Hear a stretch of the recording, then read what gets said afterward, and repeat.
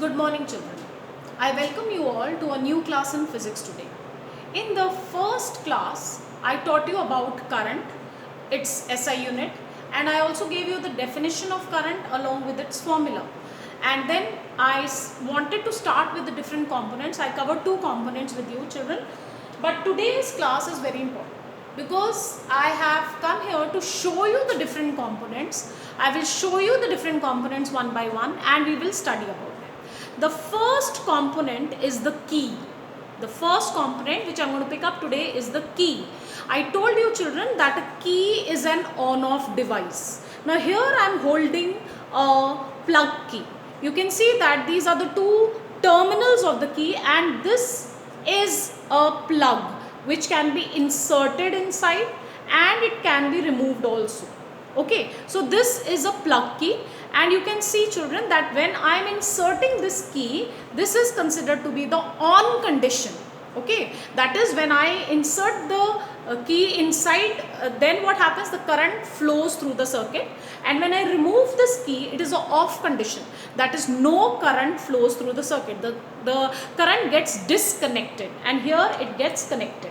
Now what is the symbol of a key? Let's look at what is the symbol of a key. Here you can see that I will show you. This is the symbol of an open key, children. Okay, while here if you want to represent a closed key, you represent it with this dot and it is denoted by capital K. So this is the symbol for the key and this is how the key looks like. Okay, now we go to the second component, children. I pick up the second component. The second component is an ammeter. I will just show it to you, children. I will write it down, which is the second component I have picked up for today, and that is the ammeter. Now the ammeter is represented by, you should know all the symbols also, children. This is the representation of an ammeter. It consists of a positive and a negative terminal. This is the representation of an ammeter. Now I will show it to you. How does it look like, children?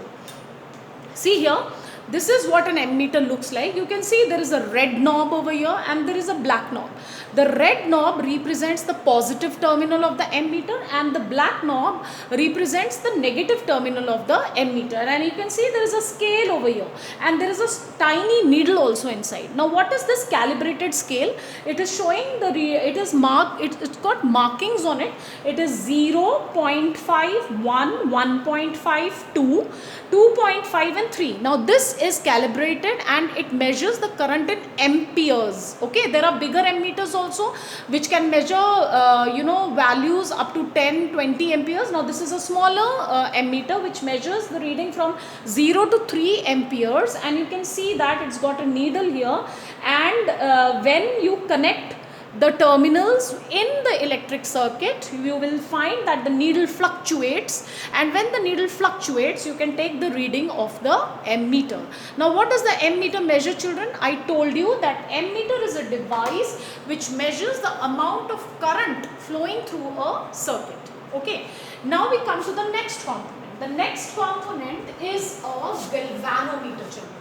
Okay, so the next component, I'll write it down on the board for you, children. It is called the galvanometer. Now a galvanometer also is represented in the same manner as the ammeter, but it is denoted by capital G, and importantly it does not have any positive or negative terminals, children. It has got no positive or negative terminals. I'll just show it to you, children. This is how a galvanometer looks like. It also has two terminals, but these terminals are not positive or negative. They are just normal terminals. It also has a scale, calibrated scale. You can see it's got a needle. The interesting part of a galvanometer is that here it is 0 is in the center, children. Ammeter had a 0 here and then the scale. Here the 0 is in the center. So what happens, the needle either fluctuates to the right side or to the left side. So what does it represent? A galvanometer tells you about the amount of current which is flowing through a circuit. It tells you the amount of current. Even a minute amount of current could be detected with the help of a galvanometer because it's highly sensitive, and it also gives you the direction of the current. That is important. That is why you have the needle in the center, children, because if it fluctuates towards the left side or towards the right, it will show you the direction in which the current is moving through the circuit. So therefore, galvanometer is a device which measures the minute amount of current, and it has no positive or negative terminals, and it gives you the direction also along with the amount of current. Now we move to the next component, and that's the voltmeter, children. So I pick up the next component, I will draw it for you. That is the voltmeter. The voltmeter is also represented by this kind of a thing. It's got this also has a positive and a negative terminal, children, and it is represented. This is the representation of a voltmeter, and you can see, children, this is how a voltmeter looks like, children. Exactly, it looks like the ammeter. If you see, the ammeter and the voltmeter are look-alike. Okay, both of them have the red knob which represents the positive terminal. Both have the black knob which represents the negative terminal. Both have scales. Okay, and in the voltmeter you can see there is a scale which is again marked from 0 to 3, but it measures what does a voltmeter measure? It measures potential difference across the two ends of a given resistor. So it measures the potential difference, and it measures in volts. Volts is the unit for a voltmeter, and the needle moves on this calibrated scale, and you can read it, you can take the reading. So basically, if anybody asks you to compare a ammeter and a voltmeter, the first point would be that both of them have positive and negative terminals. But what does a ammeter measure, children? The ammeter measures the amount of current flowing through the circuit. And what does the voltmeter measure? It measures the amount of potential difference across the terminals. It is connected in series. Ammeter is connected in series, while voltmeter is connected in parallels. Okay, and then ammeter has a low resistance because it has to measure the amount of current. So it has not to offer any resistance to the current. Therefore, the resistance of a ammeter is less, and the resistance of a voltmeter is high, because it is going to measure the potential difference across the terminals. So basically, the resistance of a voltmeter is high. So this is how you can compare a ammeter and a voltmeter. And ammeter, again I'll tell you, children, measures the amount of current flowing through the circuit, while voltmeter measures the amount of potential difference. Okay, now we move on to the next component, children, and the next component is a resistance. Okay, and resistance is of two types. I'll show you, in fact I'll show you three types of resistors, okay, one by one. So basically we will look at a resistance, and resistance we will pick up three types of resistance one by one. One will be a fixed resistance, the other I'll show you is a variable resistance, and the third one which I will show you would be a resistance box. It would be a resistance box. Now I'm going to actually show it to you one by one. I'm not going into details of explaining it to you. I will explain you about what is resistance, what is potential difference later on. But first of all, because we are looking at the different devices, so just let's have a look at what is a fixed resistance. You can see, children, this is a fixed resistor. It's got two terminals, but it is not positive or negative, no charge, it's just got the two terminals.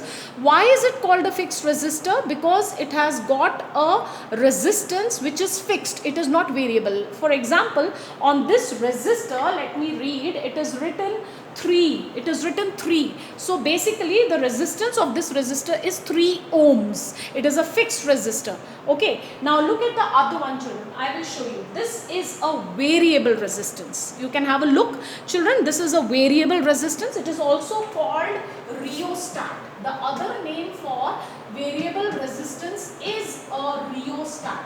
Okay, this is a rheostat, children. It looks like this. You can see that it's got two terminals here and one here. Okay, so what is it made up of? Let us look at what is it made up of. Children, it's made up of a asbestos pipe. This white color pipe is made up of asbestos, and you can see there are fine, a wire. It is a constant ton wire which is wound around this pipe, which is made up of asbestos.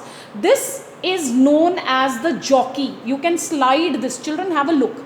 You can slide this jockey slowly over the rheostat. Now, why is it called variable? The point arises, why is it called variable? Because you know what happens here, when you are bringing, see, the jockey is at one end, maybe the resistance is minimum over here. Now, when you are sliding the jockey slowly over this coil of constant ton, you will find that the current reading will, suppose when you are sliding it over, the current is reducing. Now, when the current is reducing in the circuit, it is obvious that the resistance is increasing, children, because see here the current will show maximum reading, means the resistance is minimum.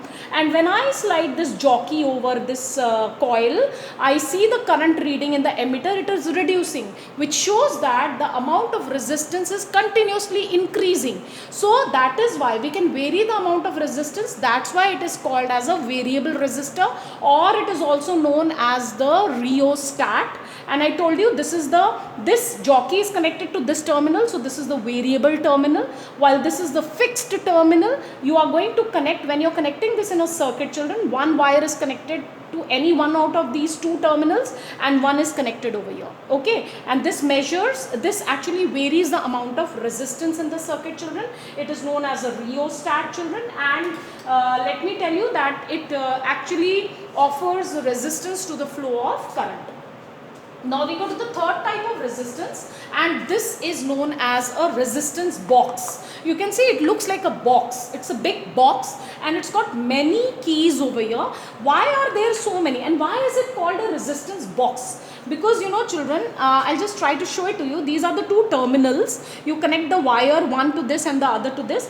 Here in this particular resistance box, you can see there are different resistors: 1, 2, 5, 10, 20, 20, 50, 1000, 2000, 500, 200, 100. Now these are the different resistors over here. Now when do we use this? Also offers resistance to the current, but then question arises, when do we use it? Suppose if you want to use a fixed resistance of 2 ohms, then you prefer this is a fixed resistor. You want to offer a resistance of say 2 ohms, so you will take a resistor which is of 2 ohms. Suppose you want to offer a resistance of say around 5 to 6 ohms, not more than that, then you can, and you want to vary it, you know, you want to vary it from 1 to 5, so then you use a rheostat for it, because this is a variable resistor. But if you want to offer resistance of high denomination, say around 150 ohms, suppose, so what I will do, you know, children, I'll remove all the keys and I will only plug in 100 and 50. You got it, children? See, all the keys are inserted, all the plugs are here. I will remove all the plugs. You know, I can remove all these plugs one by one, like this. Okay, and if I want to keep only a resistance of say 150. So what am I going to do, children? I will just insert the 100 and I will insert the 50. Bus, that's it. And rest all the keys I'm going to remove it one by one, and I'm only just going to keep a 100 key and a 50 key. So here, this way, I removed all the keys. So I have just plugged in the 100 and the 50, right? So it means that how much resistance is being offered? 150. Suppose if I want to offer 200 more, so then I will insert the 200 key. So this way, a resistance box is used to vary, but of course, you know, we have higher denominations of resistance. So that's why we use the resistance box for it. So irrespective of what the resistance is, we have 3 types of resistances. Then children, we have connecting wires. Can you see these, children? These are thin wires. They are the connecting wires, children. They are made up of copper, children, and they are insulated wires. You can see that they are coated with either plastic or thread. Why do you have an insulation? So that you do not get a shock, okay? And this wire, if I remove this insulation, is made up of copper, children. Why copper? Because it is a very good conductor of electricity. So I showed you almost all the different components. You know, I'll just check whether I've missed out any. No, I have showed you the different components. These all components are used to make an electric circuit, and of course, how can I forget? The most important one is the cell or the battery. That is a component which provides current in the circuit. Okay, children, so I want you to go through all the different components. All the components are mentioned in the book. I want you to go through those, the functions of each, and of course, the things which I have explained. I hope it's clear. You can ask me the doubts in the next doubt class. Thank you, children.